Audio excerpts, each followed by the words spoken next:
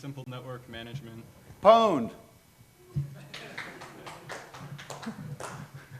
Okay, start out with, my name is Deral Heiland. I'm a senior security consultant with Rapid 7. And as Vic had mentioned, I've been doing this for a number of years. So this is my 6th time speaking, so thanks a lot for having me. I love coming here, this is great. And my name is Matthew Kienow. I'm a senior software engineer. And when I'm not building and designing secure software solutions, I often enjoy researching and breaking them instead. Woo! So we'd like to change the way you think about simple network management protocol on embedded devices. We want to move beyond simple metrics and monitoring. We're going to explore a few major topics here. First, we're going to start and lay a foundational understanding of the simple network management protocol. And then we're going to explore a few specific devices that we researched that have information exposure vulnerabilities. And we're going to explore the process as well as automation. And then we're going to move into mitigation, risk mitigation, and open for questions. So why? The big question is, why do we do this?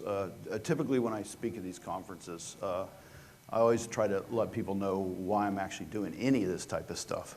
So this is kind of interesting. So as a security consultant pen tester, we often go into companies where we do assessments, pen testing, and we discover SNMP enabled on a number of devices.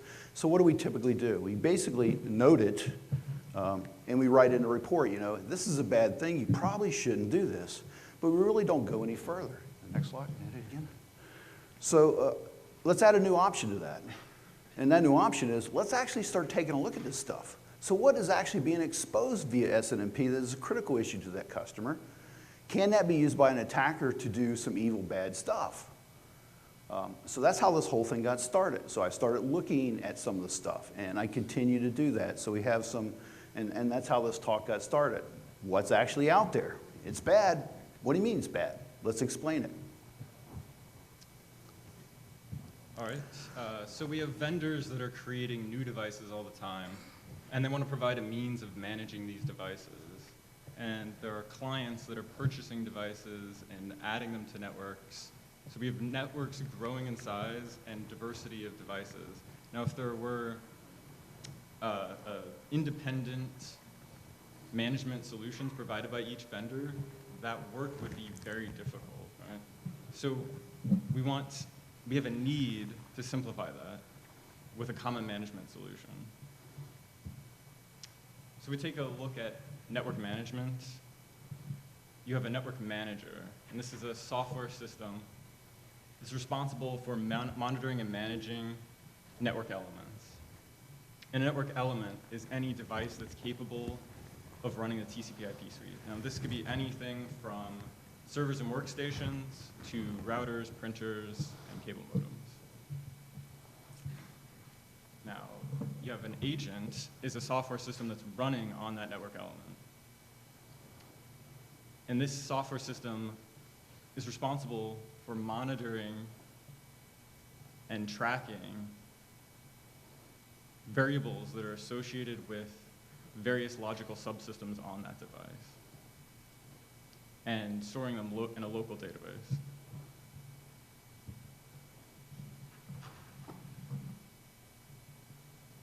So there are a number of ways a manager and agent can communicate. In a simplified view, the manager can read or update values of variables on an agent, and an agent can report information back to the manager. So what does it look in protocol form? We standardize that communication, and we form a protocol. Now, the transport protocol is normally UDP. However, other transport protocols could be used. It was not strictly specified in the RFCs. The agent listens for requests on port 161, and the manager listens for requests on port 162.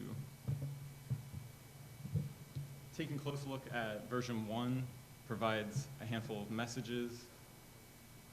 These can be divided based on the direction of the communication.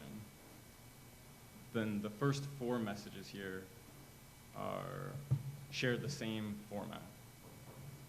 A get request message is used to request the value of one or more variables. And a get next request is similar to a get request in that you're requesting a value variable, except for you're requesting the value of the next variable. This is used for exploring table-based data. Not all data makes sense structured in a flat layout. For instance, if you're to look at network interfaces on a device, you have multiple attributes associated with each network interface. You would have a description, interface name, MTUs, IP addresses, etc. And then we have a set request, and this is used to update the value of one or more of those variables. In response to those three messages, an agent will send a get response message. This carries back the value of one or more variables to the manager. And then there's a trap, which is for event notification. This is outside of a request. If an agent needs to notify the manager of something that's happened on that network element, it'll send a trap message back.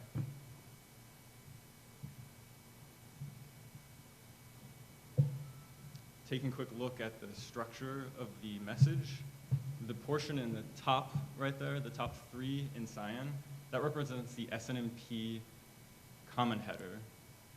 Note the community. This element is a clear text value that's used for authentication. It's kind of funny, isn't it? The value in the center is the get set header, and the values at the bottom in magenta, those are the variable bindings list. This is the list of the one or more variables. So you have an object identifier followed by the value of that. And the other message that I mentioned before was the trap. This is, again, shares a similar structure with the exception of the center value there. It represents the trap header.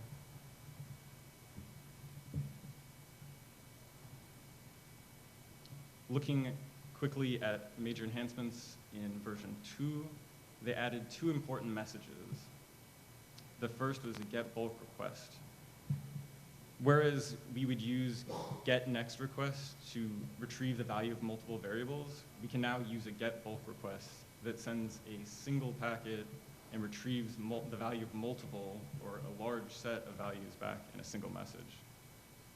And then we have the inform request, and this is for acknowledging event notification.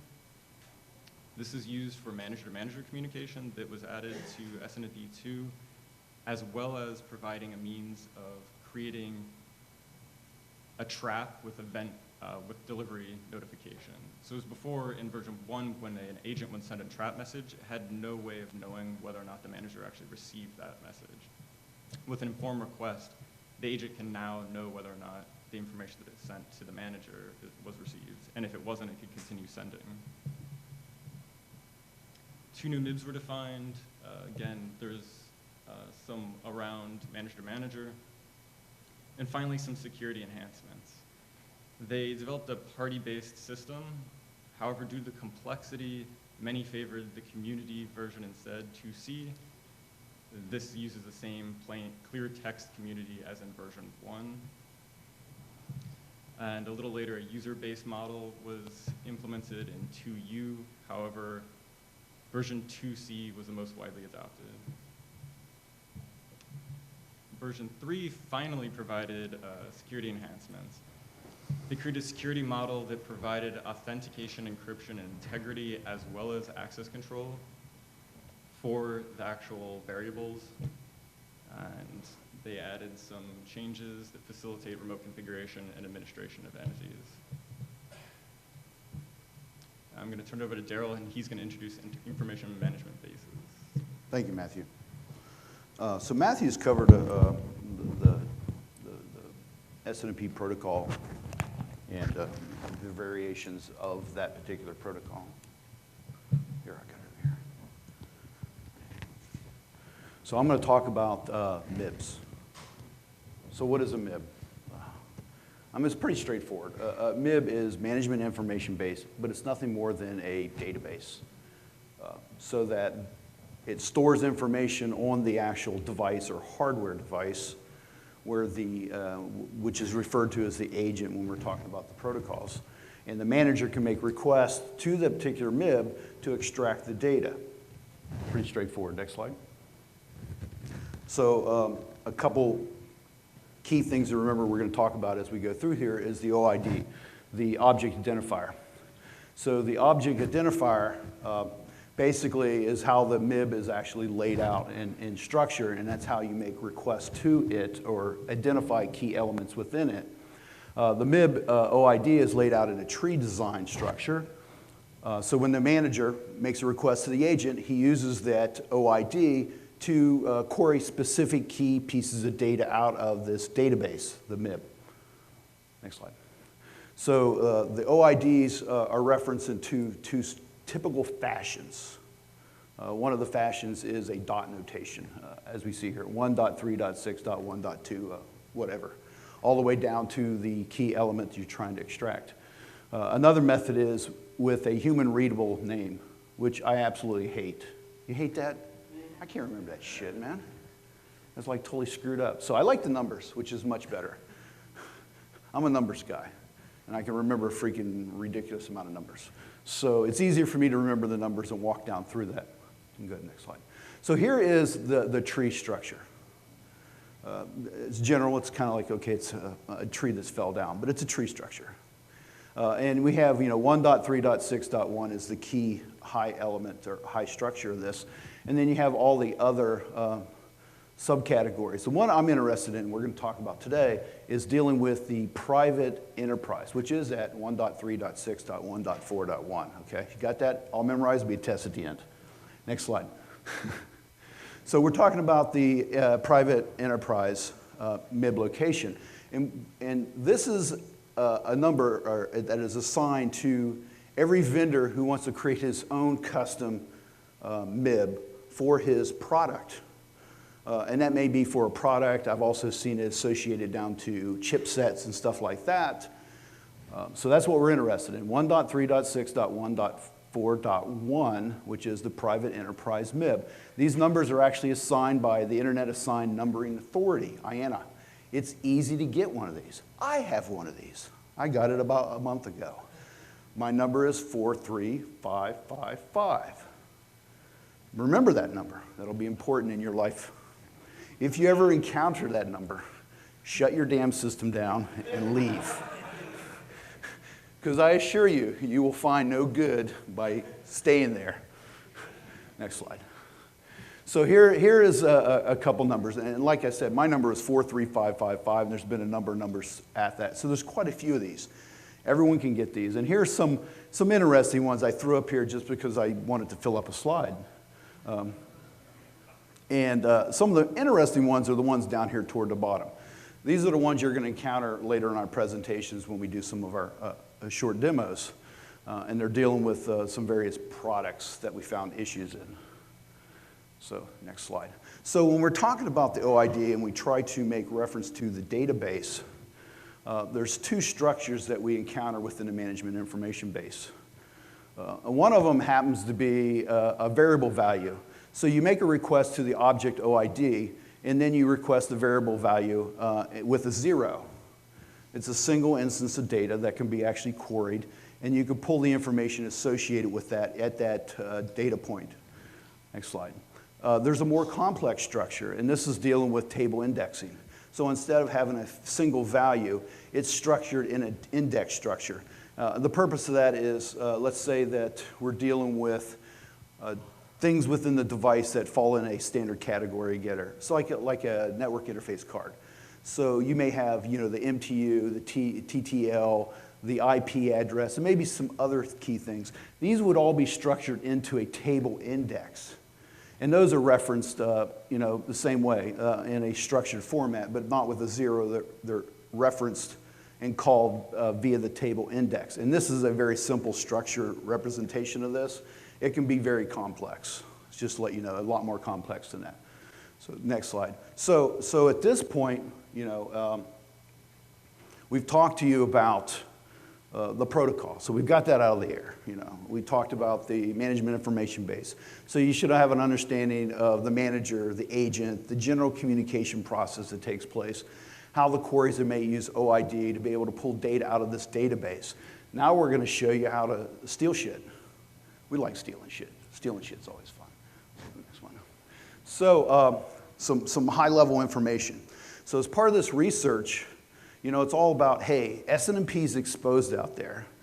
And like Matthew talked about, the community strings. By default, devices have public and private as the standard community strings that by default are enabled on most SNMP installs.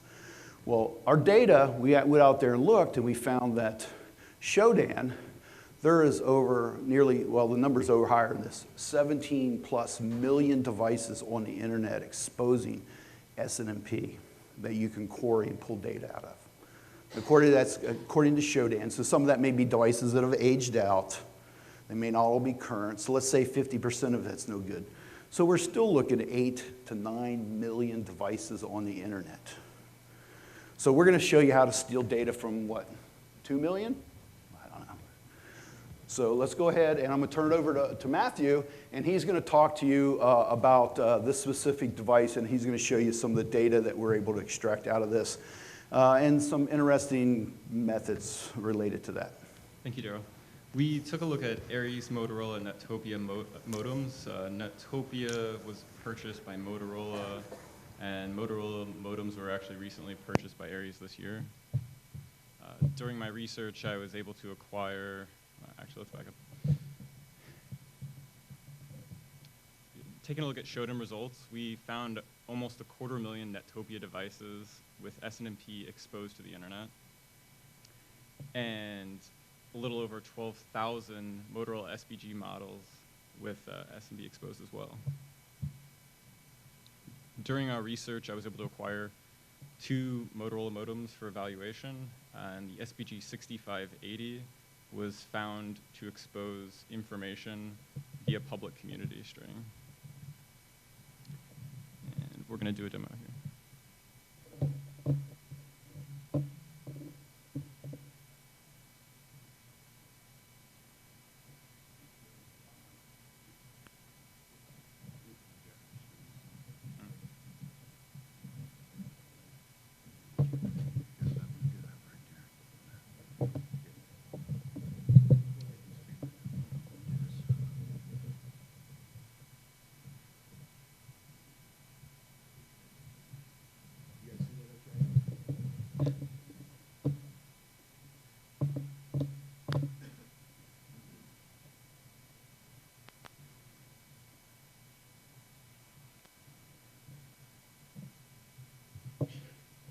So there are various logical subsystems on these devices, and one such system is owned by the Broadcom Corporation, or at least their MIB table identifies that. I was unable to locate a MIB for this, so in part it's a lot of exploration of the data. You start by performing a walk of some given point, and you get a lot of data back. For example, we'll do an SNMP walk supplying version 2C with the public community string, and we'll point it to the IP address of this modem on our LAN here, and we'll start that crawl at the 136.1 that Daryl mentioned earlier. And as you can see, there's a lot of data that comes back. Sorting through pages of integers and hex values can be a little tedious. Sometimes these values pop out at you. It might be really obvious, and sometimes not so much. It involves a lot of interaction with the device, changing settings, and evaluating the difference between 2 executions. Daryl will actually perform a demonstration of that shortly. But just to give you an example of what you can pull back, I'm interested in a single value now. So I'm going to use a SNMP get command, and this is going to use that get request message that I mentioned earlier. I'm going to configure it for 2C with public community, pointing to the IP address of the device, and paste in the value that was interesting. And here we see the SSID of this device is returned to us.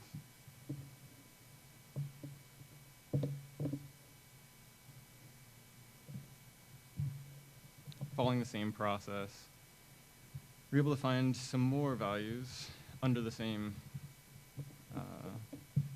object. Right here, we have the WPA pre-share key. In clear text, nonetheless. That's also available via the public community string, which is enabled by default on this device. And the other interesting value here belongs to the Cable Labs Corporation. Now, I was actually able to acquire a MIB table for this, so I could learn a little bit more about what the values actually mean instead of reversing them from making configuration changes.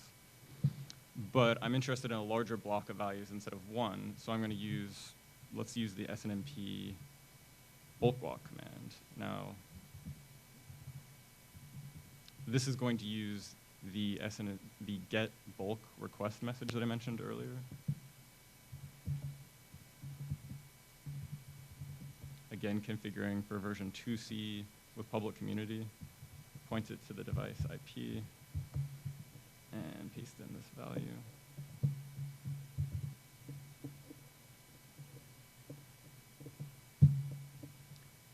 And it wraps a little funny because we made it big so you could see it, but what you see here, the first value in plain text is the username for the device. This is Cable Labs Portal Services. It's standard, and it provides the username for the device UI, followed by the password. And the third value there is interesting. It represents manufacturer local, at least that's what 1 stands for. This is meaning that it uses the manufacturer local device user interface. There are actually other options for custom images, remote URLs, as well as disabling the interface completely.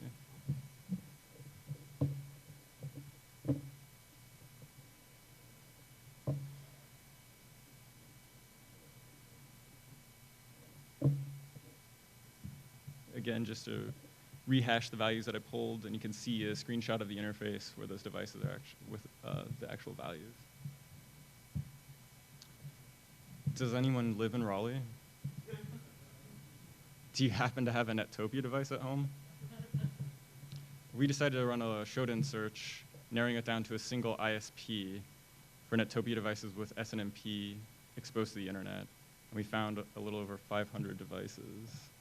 Now, it's important to note that some ISPs are good about this. They're locking down SNMP on the internet side, but not all of them are, obviously.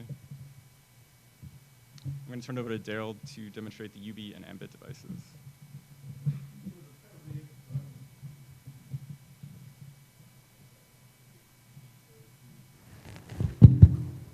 To reemphasize what Matthew showed you is he initially gave you the slide where he said there was 250,000 devices out there.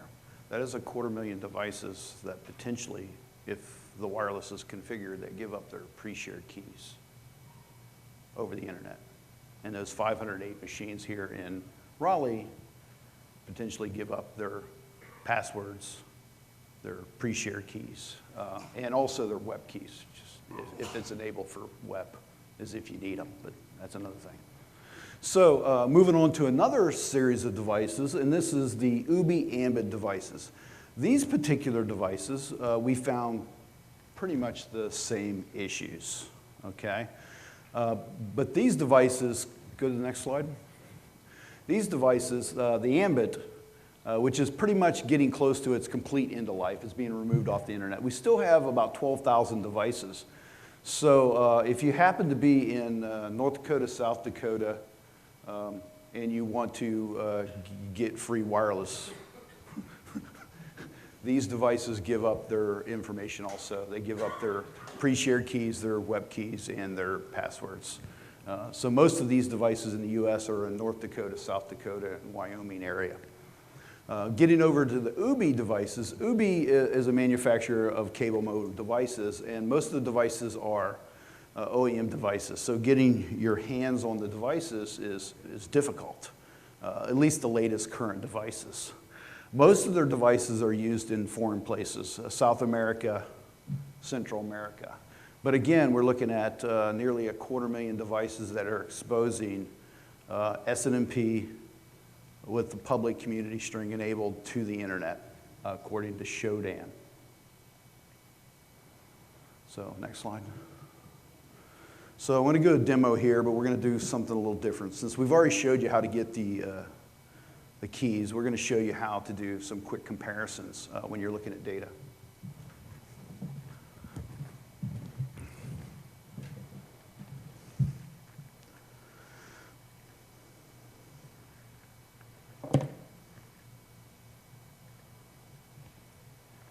I might shrink this down just a hair.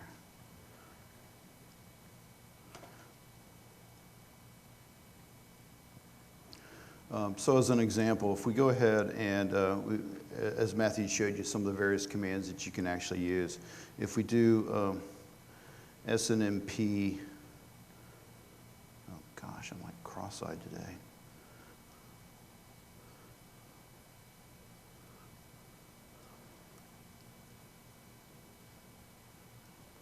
Public. And then we're going to go against the UBI device we have here is a DDW 3611 device. And hopefully it's up and running. Okay, now this is the test. What was the community, or what was the OID that I gave you to point to the private MIB location? Bingo. 1.3.6. I think it was 1.4.1. Yeah, should be it. So we can easily dump this data. So if you want to look at the most important stuff, we found that typically, like we mentioned earlier, that's going to be located at the private enterprise location. So during analysis of a device, you never know what is available on the device. And if you're able to make modifications to the device, the coolest thing is take a snapshot of it, make a modification, take another snapshot.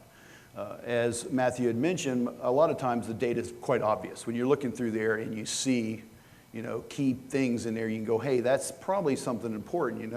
If the name root is in there and then after that is a hash, hey, we may have a username and a password type thing.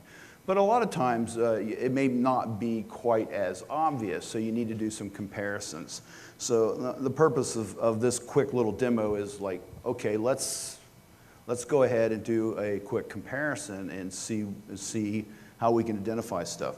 So in this case here, let's go ahead and capture this data out. So we're going to go ahead and just send this data over to a file called example1. So we can capture that out quickly, and then if we have access to the device, and here is a beautiful UBI device, and we can come over here and we can see that in this case the WPA pre-shared key is dead beef.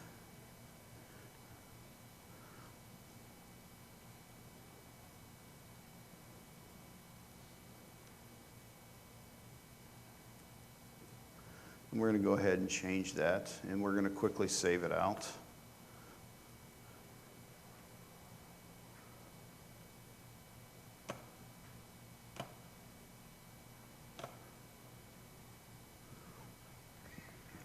And then we can go ahead and save that out. Hopefully I actually saved it. So we can send it to example 2. And then we could easily just do a diff if we spell it, or did. But dids typically don't work.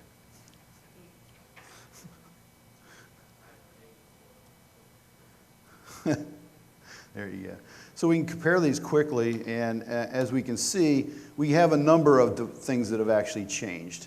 It's common to see things like counters and stuff like that are constantly changing or incrementing. You're going to show those. But we can quickly find something, in this case here, which is the pre-shared key, that has actually changed. So that's kind of cool. Don't do that to me, damn it.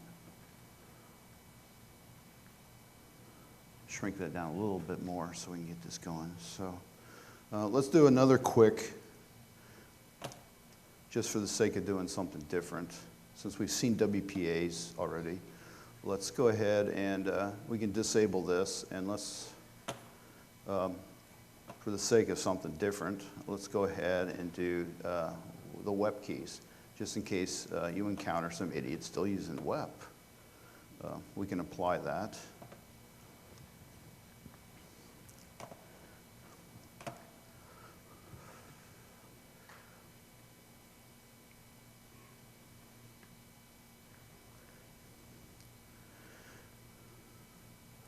Save that off to 3.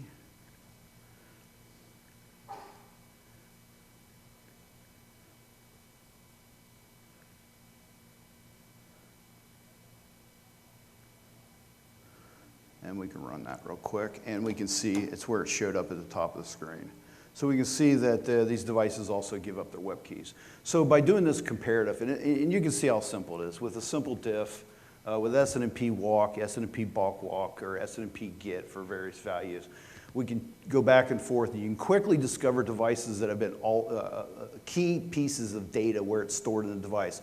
And this is a good method, especially if you're dealing with data that may be encoded or encrypted. It may be not obvious just looking through the device, but this makes a method for actually being able to do that. Does anyone have any questions kind of at this point? Does everyone understand what we're talking about? And we've actually proven that there's a lot of dumb shit out there.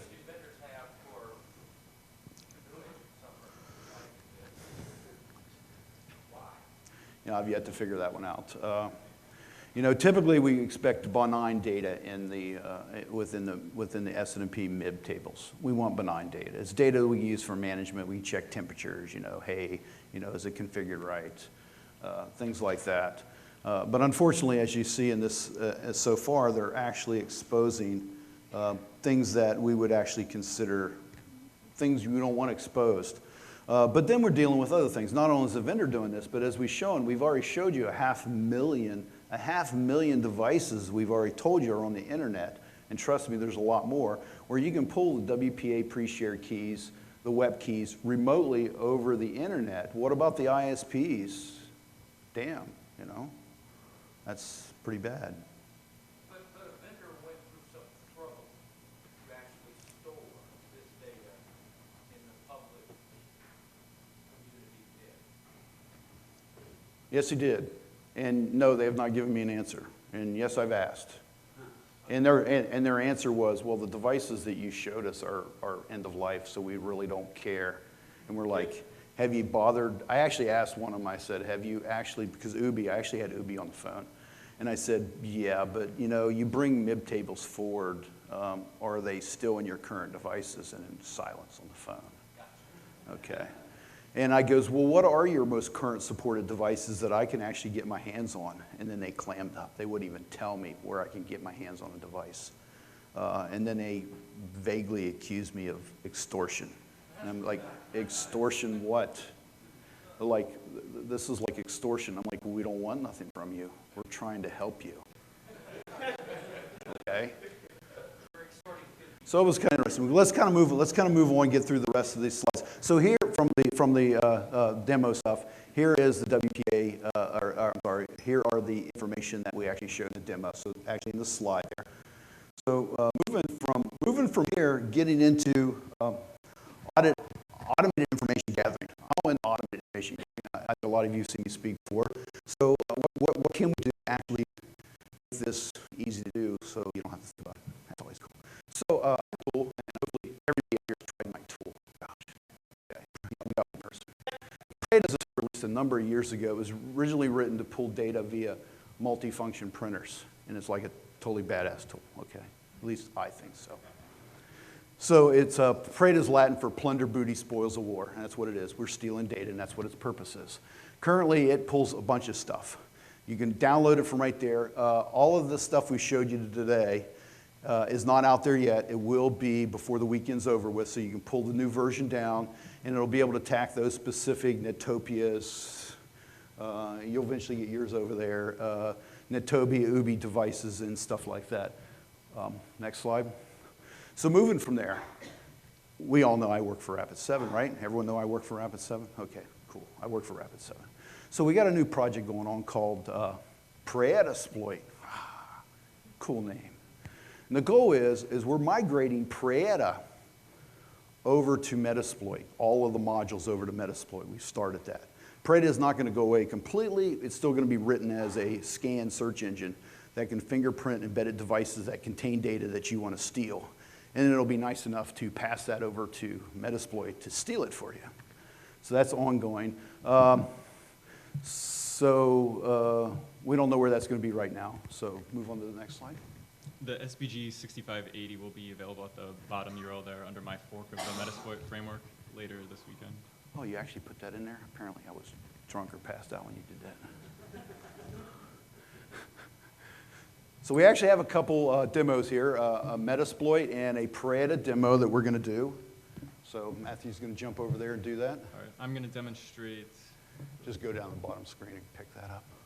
I'm going to do a quick demo of the SBG 6580 module I wrote for Metasploit.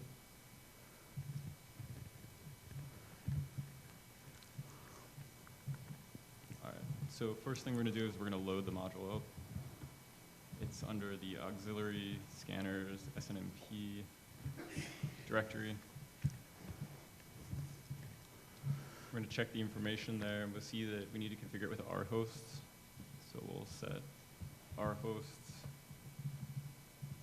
to the IP address of the SBG 6580 on our LAN.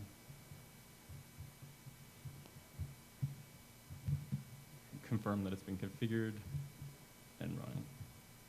And like that, you get a lot of information about this device, nicely formatted, without all the work of digging through the OID dumps.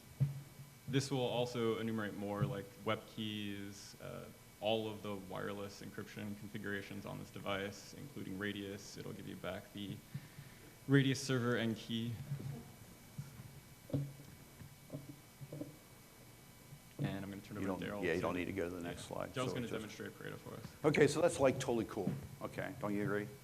So now you can eventually impress all your friends how you can steal their WPA key off their devices, especially if they're using an ISP that's published their public SNMP to the internet. Wouldn't that even be cooler?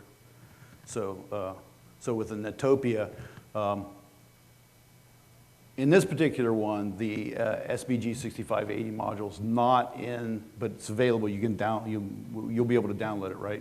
It'll be available on Enoki's port or fork of the Metasploit framework on GitHub, Which will eventually be incorporated in. Modules for the UBI, Ambit, and the Netopia are in the current download version of Metasploit. So if you download those, it'll pull that Yeah, I'll be data. looking to land that hopefully in the actual Metasploit framework's GitHub. For now, it'll be available under mine.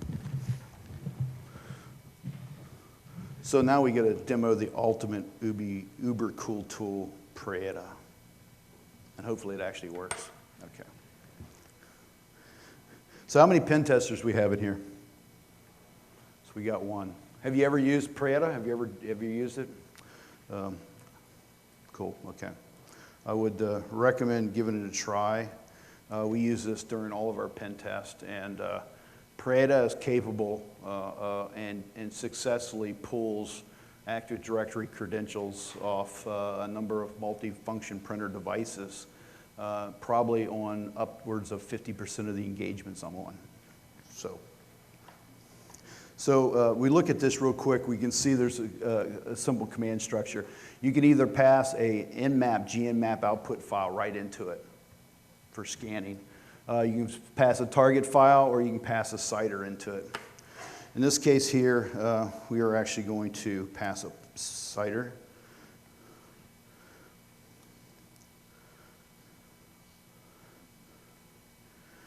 We put a port number in. We fingerprint using a couple different things. Almost all embedded devices have web services enabled, so that's easy it'll to use that information typically to fingerprint it. We create a project name. We'll call it CC10. And then give it a log, and we'll call it test 1 in this example. And then when we run it, and hopefully it works. I hope I hit enter. Did I hit, oh, there, yeah, I hit enter. Yeah, our number one device decided not to work for some reason, so I think it's the Ambit, or I grabbed the wrong one in a drunk stupor this morning.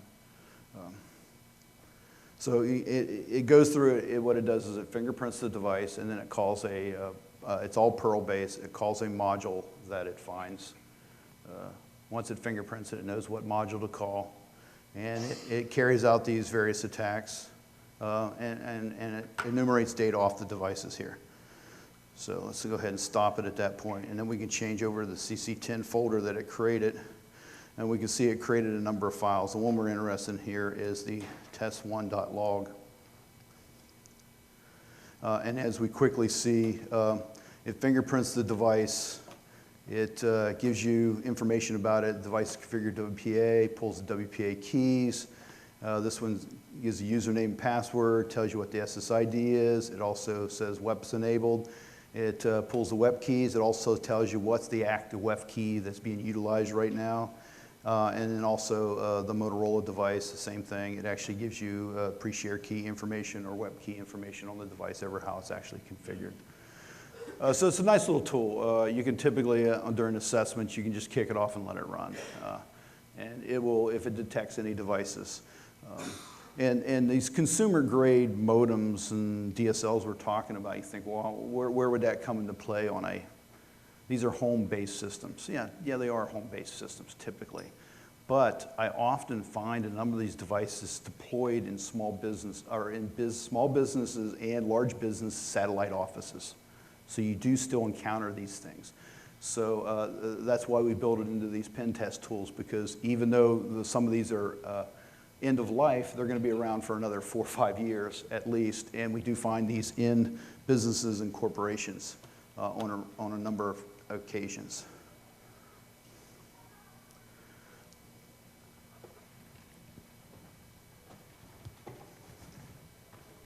Or as I wanted to call it, enterprise surprise. Enterprise surprise, there you go. Now we just demonstrated a lot of, consumer grade hardware, and that's just because it was affordable for us to start a research there. But I don't want you to leave here thinking that it's only devices like this that are vulnerable to information exposure via SNMP. Deral found a good example during one of his pen tests. He's going to share it with you. Next slide. So during a pen test, an external pen test, I discovered a company that had deployed a brocade load balancer. Very popular load balancer. I think it costs around $20,000. So I can't demo one today. No one's nice enough to give me a $20,000 device to screw with. That's why I'm a pen tester. I'm paid to screw with their devices when they don't expect it. So it turns out, looking at the brocade, there's actually upwards of 9,000 of these exposing SNMP to the internet. These are enterprise-level devices in large corporations. During my pen test, we discovered SNMP exposed to the internet. I pulled, using SNMP walk, the entire tree structure of the device, and I took the time to look through it. Turns out what I found was I could pull the username and the password hashes all configured on that device for the administrators. So pretty big. So it is a password hash, so you have to crack it offline. But if people have not realized, there's these things called GPUs. You can speed this process up fairly quickly, especially if it's not a very long or extremely complex password. And in this case here, I was able to crack the password on our device in less than 24 hours, which eventually gave me full administrative access into their load balancer over the internet. Like I said, there's 9,000 of these exposed out there. Go to the next slide. So we do have a Metasploit module that's deployed out there, it went out yesterday, that is available to do that also. So in this example here, so this is kind of funny. So this example here was a snapshot of a real assessment chunk, okay? But this has been cooked. So all you people are taking pictures of this and try to crack these passwords. If you crack one of these, let me know, because it's totally fabricated. Obviously, I don't want to put something out there that's real world reality, but this is the real scan. The only thing I did was switch a lot of things around so that they're kind of cooked numbers. so that I wouldn't compromise, a customer or something like that. And the names have been altered a little bit. But the tool's kind of cool. If you can pull this data down, the key thing I want you to think about on the whole thing is, so I can get access to the brocade load balancer. If I crack these passwords, what else do I get access to? More than likely, I'm going to get access to all of their network infrastructure, their switches, their routers, their firewalls. Because these are typically going to be the network administrators that have put these devices out there, at least some of those accounts will be. So you can see the critical nature of this vulnerability. And I've had people come to me and go, well, it's SNMP public, and you should turn it off. Yes, but what did I say earlier? We got 17,000 people or 17 million people, 17 million instances that have not turned it off, that exposed it to the internet around the world. I go into companies and organizations, and you can ask the pen tester back here too, how often do you find devices with SNMP public community string enabled? And I have to admit, I can count on one hand the number of companies that I've found that do not have occurrences of that on their network. I find it every case. And it's very critical. It's very concerning to me as a pen tester. And that's where this whole project started from. So it's kind of cool, and I'm hoping you guys enjoy it. Next slide. All right, so what can we do to mitigate risk? Well, let's start with the vendors. Vendors should stop placing sensitive data in public community that's enabled by default. How many people agree with that? Okay, we got a consensus. And we should probably move away from version 1 and 2C as community in favor of a stronger security model. Deral, what should end users do to mitigate their risks?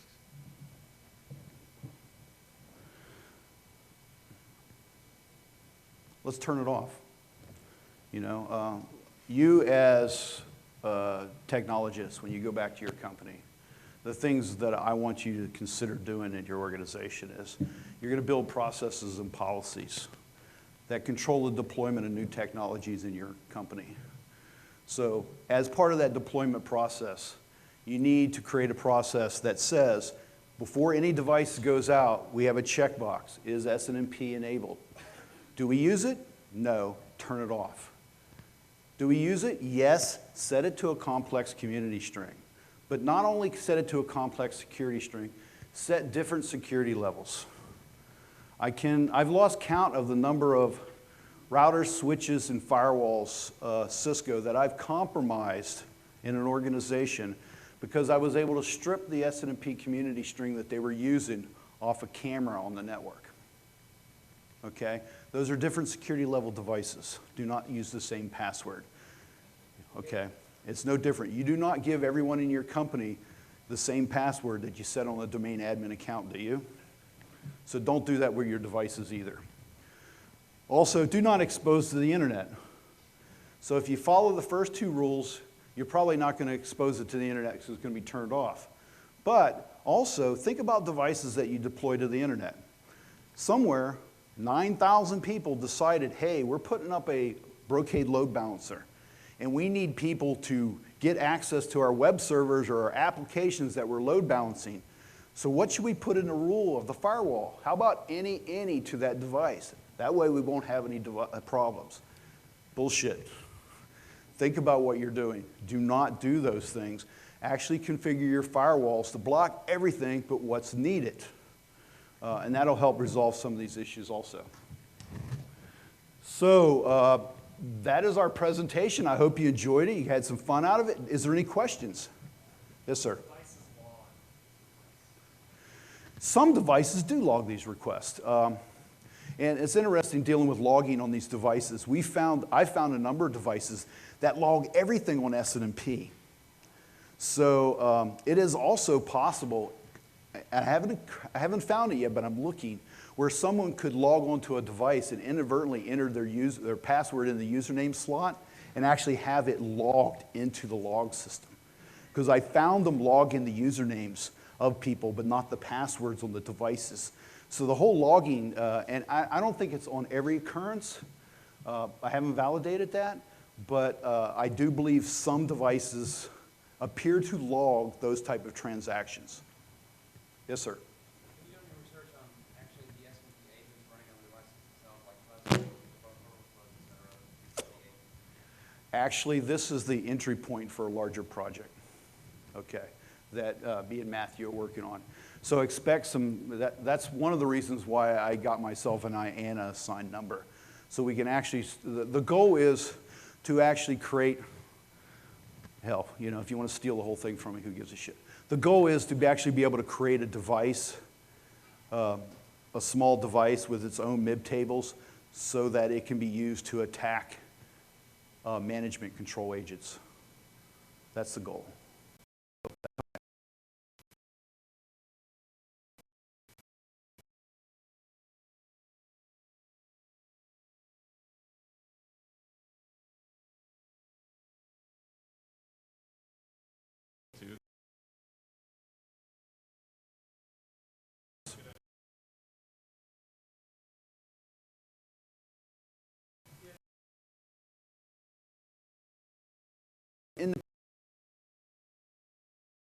Okay. And like to look into that any further. So I think a lot of those would be like the web interfaces on some modems where you see the log, but it's like the last 100 entries or something. Yeah. Which brands of cable modem vendors do you think react the best to the vulnerability notices? Like, so if, say, the cable company gave us a choice of cable modem and whatnot, which one would you recommend? yeah. I'll tell you straight up, who cares? Buy any cable modem you want. Who cares what they do? Just don't use their wireless services off that cable modem. You'll be fine. Well, beyond that, I mean, check your ISP. I know some ISPs are shutting it down in fact. Yeah, a lot of the new stuff is being shut down. And by default, SNMP is not going to be enabled on the uplink of these devices. The vendor or the ISP has to enable it on the uplink. So by default, these devices are not going to enable that. By default, half the devices we talked about, SNMP is enabled on the downlink, the inside side with this data, but not the uplink side. So we're actually seeing a lot of the vendors, at least the current stuff, seem to either be disabling it or setting it very complex community string that they control. But we're dealing with a lot of legacy, a lot of its legacy issues. Bell South, AT&T, literally, I think I had over 100,000 in the U.S. Netopias that are allowing SNMP over the internet, and those are generally Bell South. So everyone here in Raleigh, if you happen to have a Netopia, I can probably pretty much guarantee you if you're using the wireless, so is everybody else. I think that pretty much finishes. We're out of time. We're going to be around today and part of tomorrow. So feel free to grab us if you have any more questions or you want to talk. Thank you very much.